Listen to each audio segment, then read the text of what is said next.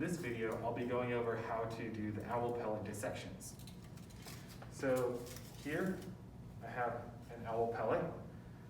The very first thing I should point out is this is not owl poop. This is regurgitated by owls when they eat prey whole, so they eat an entire mouse, say, and then the parts that can't get digested, mostly fur and bones, get spat up later in this pellet. And we can tell from the bones what it ate. These have all been sterilized, so they're totally fine to touch and pick apart with your fingers. So the first thing you want to do with your owl pellet is measure it. So measure the length of the pellet. Here, this one is 48 millimeters, and I'm going to write that down. 48 millimeters. Diameter 28 millimeters. 28. And the mass, if you are doing this at home and you don't have a scale like this, just leave that blank. But if you are able to measure it, like you're coming in person, or you happen to have a scale, then go ahead and measure it. This here is 6 grams even, 6.0. So I'll write that down. 6.0. Now that I've taken measurements, I'm going to dissect this. I'm going to do that just by pulling it apart with my fingers, and maybe I'll also poke around with this a little bit. If you're doing this at home, I'd recommend laying out newspaper or something so that you just don't have the bits of fur scattering all over, and it's easier to collect at the end. So now I'm going to dissect this. Let's see what I have.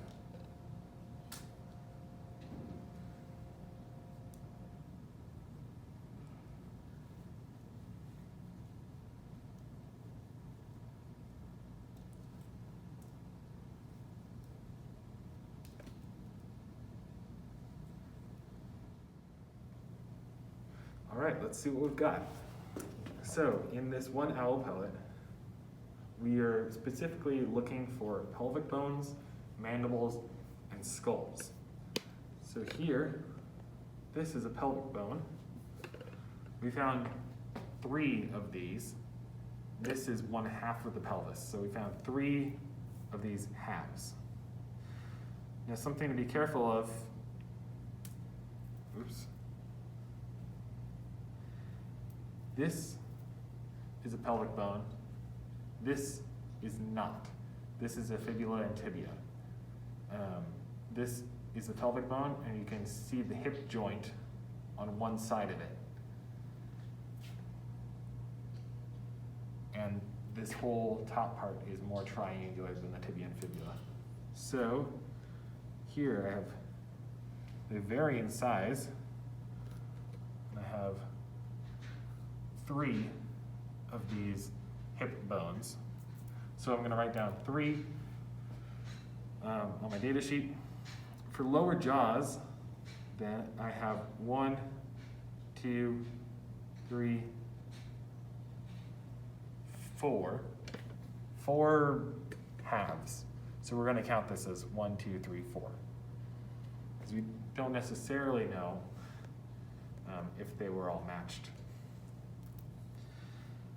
For the skulls then, we have, oh actually, before I say that, note that these lower jaws and especially the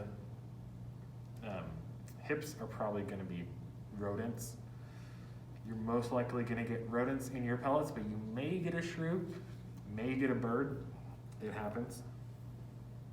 All right, so now for the skulls, we have 2 skulls. And now we have to identify what they are, which is where all of your mammalogy training should come in. Now the options are likely, no guarantees, but it's probably going to be one of these things. A bird, which will have a skull unlike anything you've seen in class. A pocket gopher, a old world mouse or rat, a new world mouse or rat, a vole, or a shrew. You should remember what the shrew skulls look like from before, and they're going to be very small. Here, this one, I'm looking at it, and I notice that it's sideromorphic.